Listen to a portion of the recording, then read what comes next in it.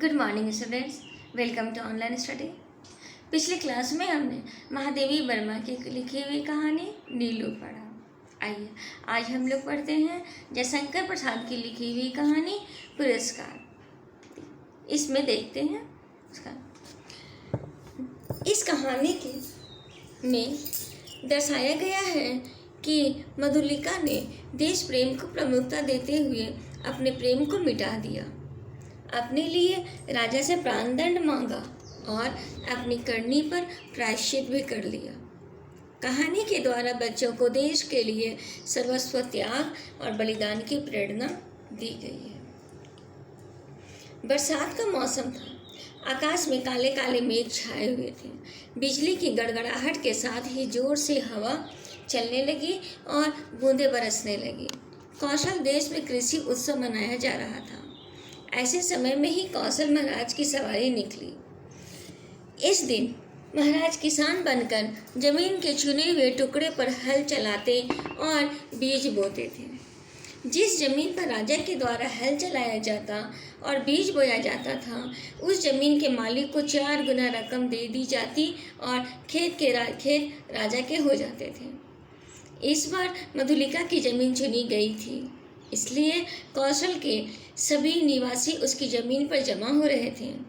सुंदर कन्याओं ने मंगल गीत गाए, पंडितों ने मंत्र पढ़े। तत्पश्चात राजा ने हल चलाना शुरू किया। लोगों ने खील और फूल बरसाए। कौशल के इस उत्सव में भाग लेने के लिए दूसरे राज्यों से भी लोग आए थे। उस साल मगध का राजकुमार अरुण आया था। हल चलाने के बाद राजा को बीज बोने थे, इसलिए मधुलिका बीज उठाए राजा के साथ साथ चल रही थी। राजा ने धीरे धीरे सारे बीज बो दिए। थाल खाली हो गया, इसलिए कौशल नरेश ने उसमें कुछ सोने के सिक्के डाल दिए। यह जमीन राजा की कीमत थी। मधुलिका ने प्रणाम करके सिक्के उठाकर राजा पर वार दिए और कहा, महाराज, यह मेरे बाप दादा की जमीन है। मैं इसे आपको ऐसे ही देने के लिए तैयार हूँ, पर बेचूंगी नहीं। इतना सुनते ही बूढ़े मंत्री ने चीखते हुए कहा, ना समझ, राजा की कृपा का अपमान मत कर। आज से तू राजा की सुरक्षा में है। राजा ने पूछा, कौन है यह लड़की? मंत्री ने कहा, महाराज, यह वीर सिंह मित्र की बेटी है। सिंह मित्र ने वाराणसी की लड़ाई में कौशल के मगध को से बचाया था। राजा बिना कुछ कहे अपने शिविर को लौट आए। जयघोष के साथ उत्सव समाप्त हुआ। राजकुमार अरुण यह सब देख रहा था। रात भर वह सोया नहीं। अपने घोड़े पर सवार होकर वह निकल पड़ा। घूमते घूमते बरगद के पेड़ के पास पहुंचा, जहां मधुलिका हाथ पर सिर रखकर सो रही थी। अरुण चुपचाप कुछ देर तक उसे देखता रहा। अचानक कोयल के कूकने से मधुलिका की नींद खुल गई। सामने एक अनजान को देखकर वह उठ बैठी। अरुण बोला, मैं मगध का राजकुमार हूँ। मैंने तुम्हें उत्सव में देखा, तभी से मैं तुम्हारे साहस का कायल हो गया हूँ। मजाक न करो राजकुमार, मैं बहुत दुखी हूँ। मेरा अपमान न करके मुझे मेरे हाल पर छोड़ दीजिए। ऐसा कहकर मधुलिका वहाँ से चल दी। राजकुमार भी ऐसी बातें सुनकर चला गया। अपनी जमीन खोकर अब मधुलिका दूसरे के खेतों में कड़ी मेहनत करने लगी। रूखा सूखा खाकर अपनी झोपड़ी में सो जाती। इस तरह 3 साल बीत गए। सर्दियों की एक रात में आकाश मेघों से आच्छादित था। रह रह कर बिजली चमक उठती थी। आज बहुत दिनों बाद राजकुमार अरुण की कही बातें उसे याद आ रही थी। तभी दरवाजे पर खटखट हुई। कोई है? मुसाफिर की शरण चाहिए। बाहर से आवाज आई। दरवाजा खोलते ही बिजली चमकी। मधुलिका चिल्ला उठी, राजकुमार! अरुण भी उसे देखकर हैरान था।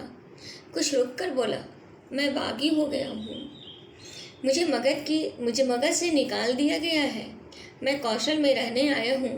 मधुलिका ने हंसकर कहा, राजकुमार, आपका स्वागत है।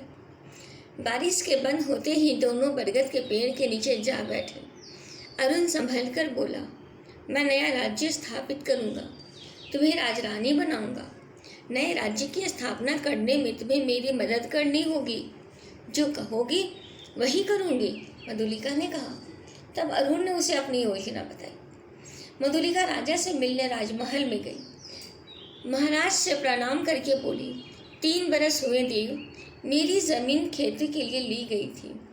अच्छा, तो तुम उसकी कीमत मांगने आई हो? बोलो, तुम्हें क्या चाहिए?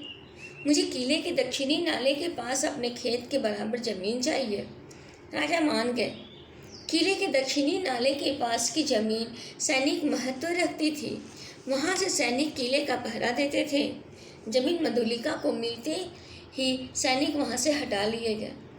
अरुण अपने सैनिक टुकड़े के साथ घने जंगल में छिप गया। वहाँ से अरुण किले पर हमला करने वाला था। यही उसकी योजना थी। मधुलिका का दिल उसे धिक्कार रहा था। मेरे पिता ने कौशल को बचाया था।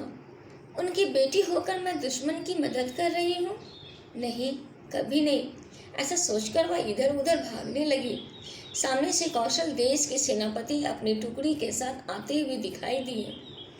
वह उनके पैरों पर गिर पड़ी और बोली, आज रात किले पर चढ़ाई होगी। डाकू दक्षिणी नाले की ओर से आएंगे। जल्दी कुछ कीजिए। सैनिक दक्षिणी नाले की ओर भागे। हमले की तैयारी करता हुआ अरुण पकड़ा गया। इस तरह उसकी योजना विफल हो गई। उसे बंदी बना लिया गया और राजा ने उसे प्राणदंड दिया। फिर मधुलिका बुलाई गई। वह पागल सी आकर खड़ी हो गई। राजा ने कहा, मधुलिका, मनचाहा पुरस्कार मांग, मुझे भी प्राणदंड मिले। कहती हुई वह बंदी अरुण के पास जा खड़ी हुई। धन्यवाद।